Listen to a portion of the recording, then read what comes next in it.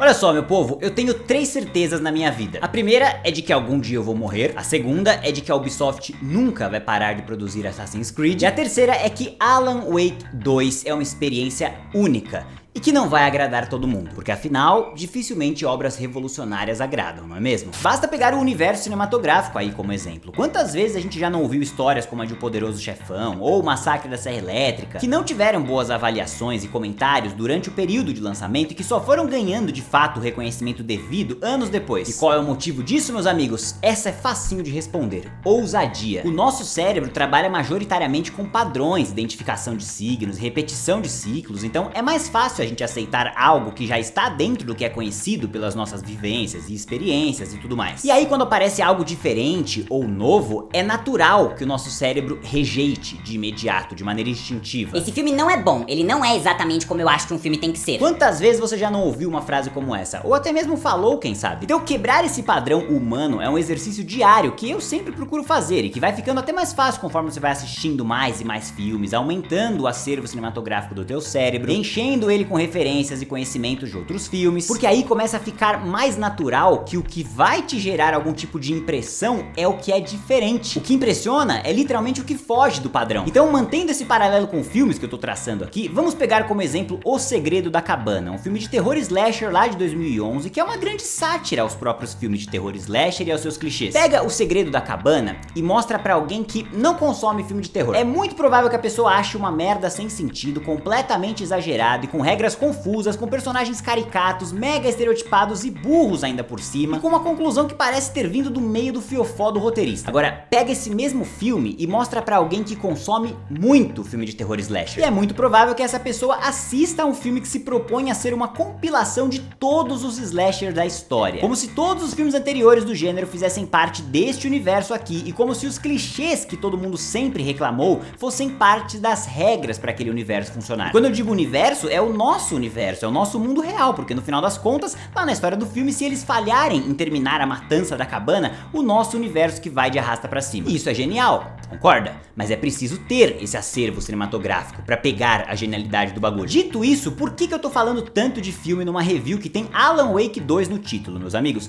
Muito simples, porque eu diria que Alan Wake 2 é uma espécie de O Segredo da Cabana dos games. Cara, é um projeto que eu defino como nada menos do que extraordinário e com uma proposta extremamente complexa e ousadíssima, que poderia dar errado em muitos níveis e em muitos momentos diferentes também, e que pra mim não deu, cara. Muito pelo contrário, eu acho que a experiência que eu tive aqui com Alan Wake foi única. E é importante destacar essa palavra, única, no sentido literal. Não existe nada como Alan Wake 2 por aí, cara. Nada é sequer parecidinho com o que esse jogo vai te proporcionar. E eu digo isso independentemente do que a gente vai mergulhar depois aí, que é a qualidade que a experiência entrega. Se é bom pra você, se você vai curtir ou não, é outro assunto que a gente vai abordar durante esse vídeo, mas por enquanto o que eu tô trazendo aqui é a questão da singularidade. Esse jogo é único, não existe nada como ele por aí. Resident Evil 4 Remake tá no meu top 3 de games de 2023 aqui, mas existem outros títulos por aí parecidos com Resident Evil em diversos aspectos. Homem-Aranha 2, por exemplo, que eu cobri na semana passada, também entrou no meu top 3 do ano aí, mas sejamos sinceros, existem outros games por aí com aspectos parecidos. Alan Wake 2, não, cara, esse é o primeiro ponto que me deixou fascinado nessa proposta, o quão diferente de tudo isso aqui é. E é exatamente disso tudo que eu quero conversar com vocês no vídeo de hoje, meus amigos, porque pra quem não me conhece, eu sou o Rafa Camargo, esse é mais um episódio do quadro Reviews, e eu convido você pra vir comigo, porque sem mais delongas, solta a vinheta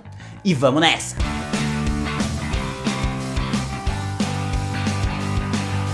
Muito bem, meus queridos e minhas queridas, antes de começar eu já quero te agradecer por ter clicado aqui na minha carinha mais uma vez. Estou feliz com essa empreitada maravilhosa dos games aqui, até porque esse é um mês muito especial. Não acho que a gente vai ter isso por muito mais tempo, não. Eu não sou o cara que costuma trazer inúmeras reviews de jogos, não pretendo ficar cobrindo tudo que lança por aí, porque videogame é muito caro, porque eu ainda não tenho esse incentivo por parte das empresas, estou muito buscando isso, mas particularmente a minha ideia é continuar trazendo aqui pra vocês coisas que me marcam, coisas que eu sinto que eu tenho que discutir com vocês. Da mesma forma que foi o caso lá com The Evil Within, que eu conheci nesse ano, da mesma forma que foi lá com o Homem-Aranha 2, que eu cobri na semana passada, e da mesma forma que vai ser aqui com Alan Wake 2. Muito bem, Alan Wake 2 se passa 13 anos depois dos eventos do game anterior, que também foi lançado 13 anos atrás, e que eu sinto que eu devo contextualizar aqui brevemente pra você não ficar perdido. Em Alan Wake 1, a gente acompanha a história de um escritor, o Alan Wake, que vai em busca da sua esposa na cidade de Bright Falls, onde ele percebe que uma entidade sombria está se apropriando dos seus textos, da sua escrita, e modificando a realidade metade da cidade. Tudo bem, treta vai, treta vem, e no final o escritor consegue salvar a sua esposa, impedir a entidade, mas acaba ficando preso dentro do lugar sombrio, que é uma espécie de mundo invertido, vivendo um verdadeiro pesadelo pela eternidade. Bem darqueira, né? Mas é isso mesmo, uma verdadeira história de terror. 13 anos se passam e a gente chega aqui em Alan Wake 2, que nos apresenta duas histórias diferentes com dois personagens diferentes. De um lado a gente vai jogar com a Saga Anderson, uma detetive do FBI que vai para a cidade de Bright Falls investigar um assassinato local ritualístico, que tem uma grande possibilidade de ter relação com uma seita que ela está perseguindo há algum tempo. E o segundo personagem que a gente joga é o próprio Alan Wake, preso dentro do lugar sombrio por 13 anos e já com um pouco de conhecimento sobre as regras daquele submundo e tentando bolar um plano para escapar e voltar para o mundo real. Essa é a premissa base da história, e por mais que eu vou mergulhar em algumas situações específicas que envolvem o roteiro, pode ficar tranquilo no que diz respeito a spoilers, porque nada do que eu vou falar aqui vai estragar a sua experiência, combinado? Dito isso, vamos mergulhar no porquê que essa divisão de campanhas, que por mais que não seja algo exclusivo e criado junto de Alan Wake, até porque o próprio Homem-Aranha da semana passada aí, que a gente cobriu, também tinham dois personagens, e GTA, muitos anos atrás, também tinha mais de um personagem, mas eu quero falar sobre o porquê que aqui é diferente, e acho que é um bom ponto de partida pra gente seguir. Então vamos lá. Aqui em Alan Wake 2 eu tive a sensação de estar jogando dois jogos completamente diferentes, com personagens, é claro, obviamente diferentes, mas com mecânicas diferentes pra cada um, habilidades e inimigos diferentes pra cada um, cenários e realidades totalmente diferentes pra cada um também, tornando literalmente cada uma dessas campanhas únicas por conta própria já. Entende o que eu tô dizendo? Tipo assim, são duas campanhas e cada uma delas já renderia um puta jogo. A campanha da Saga Anderson é totalmente pautada na lógica investigativa de uma detetive entrando em um universo mais macabro de um culto que se chama a Seita da Árvore, fazendo com que os cenários por onde ela passa na cidade de Bright Falls e os seus arredores ali tenham muita vegetação, florestas fechadas, terrenos abandonados ali numa vibe bem a Bruxa de Blair. E também é na campanha da saga que a gente tem acesso ao Palácio da Mente dela, que nada mais é do que uma manifestação física, ou seja, um espaço fictício ali para o jogador explorar os pensamentos da saga como detetive. Parece confuso? Fique tranquilo que essa parte não é tanto não, vou explicar. Você vai passar por uma cena de crime, investigar o corpo, conversar com as testemunhas e tudo isso vai te gerar pistas para a investigação fluir. E aí no Palácio da Mente você vai combinar essas pistas numa parede investigativa mental ali, onde você consegue chegar em novas conclusões e deduções para fazer a investigação avançar. A saga também tem aquela condição que o Will Graham lá do seriado Hannibal também, que vira e mexe eu comento com vocês, tem, que é a ultra empatia, que permite que ela consiga concentrar muito e tentar se pôr no lugar das pessoas para tentar explorar mais os motivos e intenções, pegar mentiras e tudo mais. Então, como uma detetive tentando solucionar um caso, a investigação dela nos leva a diferentes lugares. 3, pra falar a verdade. Temos a cidade de Bright Falls mesmo, que é uma cidade pacata, de interior, com uma avenida principal, um xerife local e uma galera acolhedora, até demais talvez, quem sabe, não vou falar muito sobre isso. Tem um cafezinho local ali pra você bater um papo com a galera, tem dois irmãos ali que são responsáveis por passeios radicais, que ficam tentando te convidar pra pegar seu dinheiro. Verdade seja dita, né? Essa galera de turismo aí, os caras querem seu dinheiro. Temos também o condado de Cauldron Lake, que é o lago onde tem aparecido alguns corpos ali e é onde a seita está atuando. É onde a sua investigação começa. É uma região cheia de árvores, muita floresta ali e com uma lenda urbana antiga de uma bruxa que morava ali. Por fim, nós temos Watery, que é uma região mais afastada onde rolam os passeios dos dois irmãos ali que eu falei e é onde tem o famoso parque de diversões Mundo do Café, que está desativado temporariamente por motivos misteriosos. Todos esses locais 100% à sua disposição para você visitar a hora que você bem entender. É claro, dependendo do rumo que a sua investigação for tomando. Então, perceba que tudo isso que eu falei até agora é parte de uma campanha apenas, e isso por si só já renderia um jogo muito bom. Mas lembre-se que nós temos uma segunda campanha por aí, porque sim, a partir de um certo ponto na história, bem no começo na verdade, você vai ter acesso à campanha do Alan Wake, vai poder trocar na hora que você bem entender entre os personagens e as suas histórias. E aqui, na visão do Alan, a gente praticamente entra em outro jogo, cara, muito menos físico e material, sabe, muito mais surrealista, maluco, macabro e com outra vibe completa. Nos pés do Alan, a gente é botado pra jogar em uma versão distorcida de Nova York, um lugar que quer levar o escritor ao abandono da sua sanidade a todo momento. Tudo naquele lugar é pra deixar o Alan, e consequentemente você, o jogador, é claro, um passo mais próximo da loucura, da insanidade. Diferente da cidade cheia de vida e cor da campanha da saga, aqui com o Alan a gente está sozinho o tempo inteiro, cercado apenas por sombras e ecos de vida que ainda estão sendo atormentadas e que pedem ajuda o tempo inteiro. O contraste de luz daquele mundo é forte, tudo é muito escuro e nos poucos pontos iluminados por placas de neon vermelhas e verde, a luz vem muito forte, norte, tomando conta da tela inteira praticamente, virando quase que um filtro pra televisão. Nem as regras básicas de geografia são aplicadas nesse mundo de pesadelo. Então, talvez você tenha situações em que você entra em uma porta, desce uma escada e acaba saindo no topo de um prédio. Faz sentido? Nenhum. Mas menos sentido ainda faz você ficar buscando sentido na parada. E é isso que o Alan Wake aprendeu nos últimos 13 anos. A embarcar na jornada e tentar sair dali. E aí, pra gerar essa sensação de confusão mental, a direção de arte do jogo, que por sinal merece todos os aplausos do mundo por todas as escolhas que eles tomaram aqui, mas essa aqui em específico eu acho incrível, cara. Porque eles optam em representar as sequências de sonho ou de vídeos de TV ou memórias com o live action, cara. Como se aquela versão daqueles personagens fossem o diferente. Porque ali o normal é a versão modelada, de game mesmo, tá ligado? E isso é nada menos do que genial, cara. E só comprova, é claro, a qualidade gráfica desse jogo. Porque por muitos momentos existem transições do live action pro jogo mesmo e que fica difícil perceber, viu? Graficamente falando, eu nunca vi nada assim, gente. Sem sacanagem, esse jogo consegue capturar nuances visuais do mundo real que eu nunca nem achei que seria possível, bicho. Como por exemplo na campanha da saga, aquele efeito de penumbra nos nossos olhos, sabe? Tipo, eu moro em São Paulo, aqui na cidade é muito difícil eu ter essa sensação, mas eu me lembro de vezes que eu ia pra sítio, pra campo, de que a hora mais difícil de enxergar não é a noitão, tá ligado?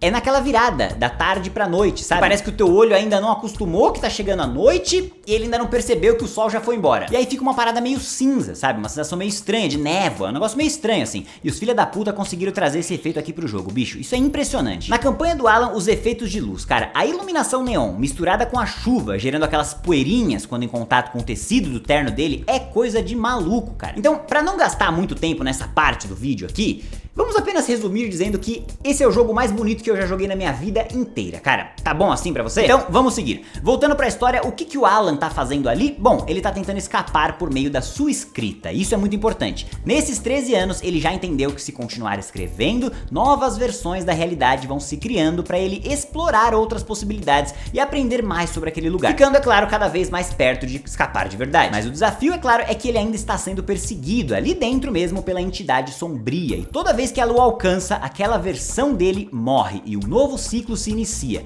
um novo loop de eventos. Então, de uma maneira narrativa muito interessante e muito criativa, na gameplay do Alan não existe game over. Na da saga sim, se você morre, a tela vai ficar preta, vai aparecer game over, você aperta o botão e volta pro último checkpoint. Agora na campanha do Alan, não. A morte pra ele é o início de um novo ciclo, em que ele já sabe que daquela forma não vai dar certo e que ele precisa escrever um outro caminho, começar tudo de novo. É claro que pro jogador você não vai precisar ficar jogando tudo de novo, então pra nós não deixa de ser uma espécie de checkpoint, mas pra história é um novo aprendizado pra ele. E aquelas mortes vão interferindo na maneira que a sua próxima jogada vai acontecer. Simplesmente brilhante. E bom, se ele sempre vai começar do início da história, da onde o seu texto começa, qual que é esse início de fato? Dentro de um talk show da Broadway, com um apresentador que digamos que parece saber um pouco mais do que ele demonstra ali. Então toda vez o Alan vai começar no talk show, sempre de uma maneira diferente e sempre sobre uma temática diferente, dependendo do que você aprendeu no último ciclo, no último loop. E dali a ideia é cruzar a avenida para chegar nos apartamentos, que é onde você morava no mundo real. Parece simples, não parece? Só cruzar uma avenida?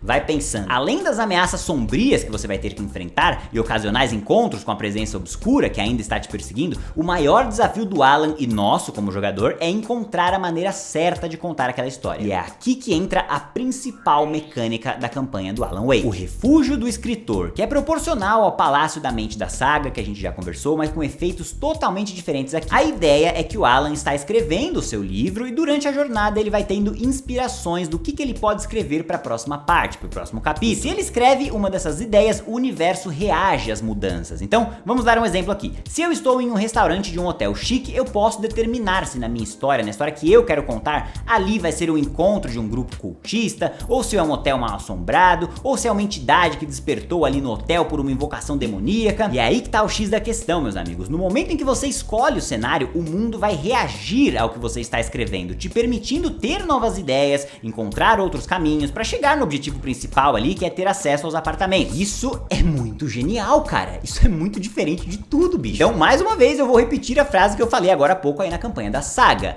Isso por si só já seria um jogo muito foda, mas o que torna Alan Wake 2 algo realmente especial e muito ousado é a combinação dessas duas histórias e a possibilidade de avançar em cada uma delas como você bem entender, sem gerar nenhum tipo de prejuízo ao jogador no processo. E muito pelo contrário, só vai gerar uma experiência completamente diferente entre os jogadores, ambas muito boas. Os pontos de vista são diferentes. Vou te explicar. A campanha do Alan é escrever uma história de terror que está afetando o mundo e a própria investigação da saga enquanto ele tenta escapar. Então, por horas, eu me pegava rindo de nervoso por ter criado uma situação ali com o Alan em que eu meio que sabia que eu ia ter que lidar depois com a saga. Em outros momentos, eu enfrentava pontos ali com a saga que só depois eu iria entender o porquê que eu tive que enfrentar aquilo daquele jeito. É brilhante, é muito imersivo e até um pouco pesado por horas. Mas não de uma forma ruim, pelo amor de Deus. Deixa eu me explicar. Alan Wake 2 é definitivamente um jogo focado na sua narrativa, cara. Então pra ele funcionar 100% contigo, como ele funcionou comigo, você vai precisar ser sugado e ter interesse na história, entende? Então da mesma forma que eu não consigo recomendar que alguém que não gosta de jogo de tiro jogue Call of Duty, por exemplo, aqui é a mesma coisa, cara. A experiência completa de Alan Wake vem pra aqueles jogadores que toparem ter uma jornada diferente do survival horror padrão e um pouco mais narrativa. E entenda que por um pouco mais narrativa, eu não tô dizendo que é só cutscene e não tem gameplay. Negativo. A gameplay, inclusive, do survival horror é parte fundamental da parada e funciona 100% da maneira que deveria funcionar, cara. Os inimigos vêm em menor quantidade, mas dão um trabalho danado pra cair, me fazendo gastar às vezes ali mais do que um pente de cada uma das minhas armas pra derrubar um bicho só, e com isso, é claro, me fazendo querer sair explorando o mundo atrás de recursos, porque eu sabia que enfrentar 3 inimigos ali na frente com uma carga de bateria apenas na lanterna e com 3 balas de 12, não ia dar nem pro cheiro. Então nós temos mecânicas de exploração e de combate que super funcionam, mas isso outros jogos também têm, e lá também são mecânicas muito boas. Então não é isso que faz Alan Wake 2 receber o título de único, como eu classifiquei. Pra mim, a maneira com que o jogo te permite fazer parte daquela história enquanto você joga é onde meu olho brilha, cara. A história e a maneira narrativa com que essa história avança em Alan Wake 2 é muito imersiva, cara, e muito metalinguística também. Então não é à toa que ninguém menos do que o próprio roteirista Sam Lake, que escreveu Alan Wake, interpreta o detetive Casey no jogo, que é um personagem escrito pelo Alan Wake em um dos seus livros anteriores. Olha a quantidade de camadas disso, bicho. Isso é muito legal, isso é muito inteligente. E existe uma participação grande dele na história, mas eu não vou entrar muito em detalhe porque aí seria spoiler. Também tem toda uma mitologia ali que une os antigos jogos da desenvolvedora Remedy em um universo único, com situações que mesmo eu nunca tendo jogado Control, eu consegui identificar, e outras situações, é claro, que eu, tendo jogado Quantum Break, consegui pegar as referências e mega aproveitar a parada. Só que talvez mais importante do que tudo isso, vem aquela palavrinha que eu sempre falo pra vocês quando eu tô falando de videogame aqui: imersão, cara. Videogame é imersão. Quando eu jogo Call of Duty, eu quero sentir que eu tô na guerra. Quando eu jogo Homem-Aranha, eu quero poder me sentir um super-herói. E considerando que aqui, em Alan Wake 2, eu estou assumindo o controle de uma investigadora e de um escritor, o que eu mais queria era sentir que eu podia investigar e escrever uma história de fato. Isso eu senti, meus amigos. Nossa, como eu senti, cara. Então, dito isso, meus queridos, eu recomendo Alan Wake 2 com toda certeza, cara. Toda certeza do mundo.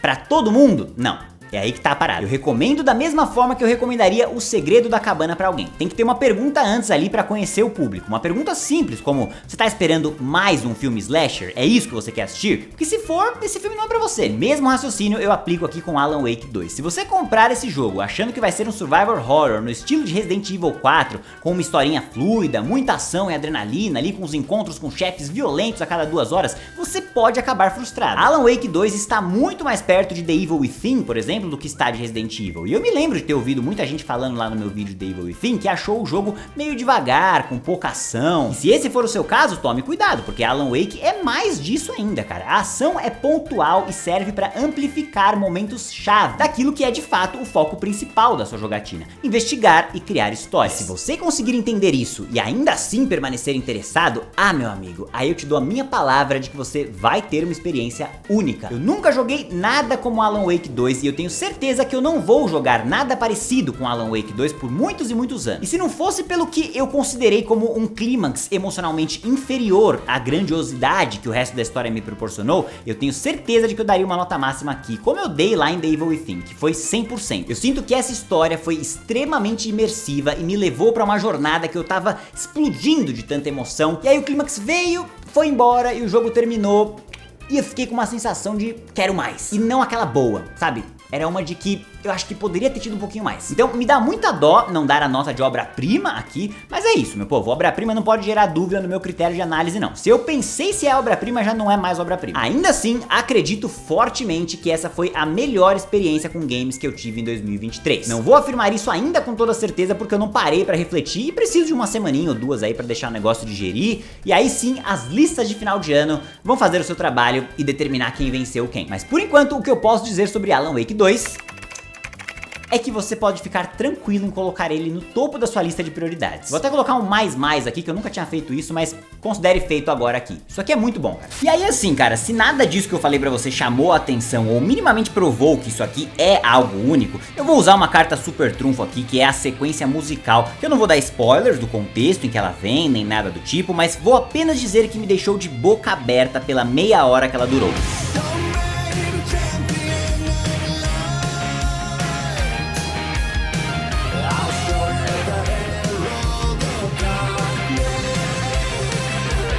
Sinceramente, quantos jogos você consegue pensar aí que ousariam ter um musical misturando live action em painéis in-game enquanto você está no meio de um combate? Sério, cara, pensa nisso. Você consegue citar um jogo, pelo menos? Eu não.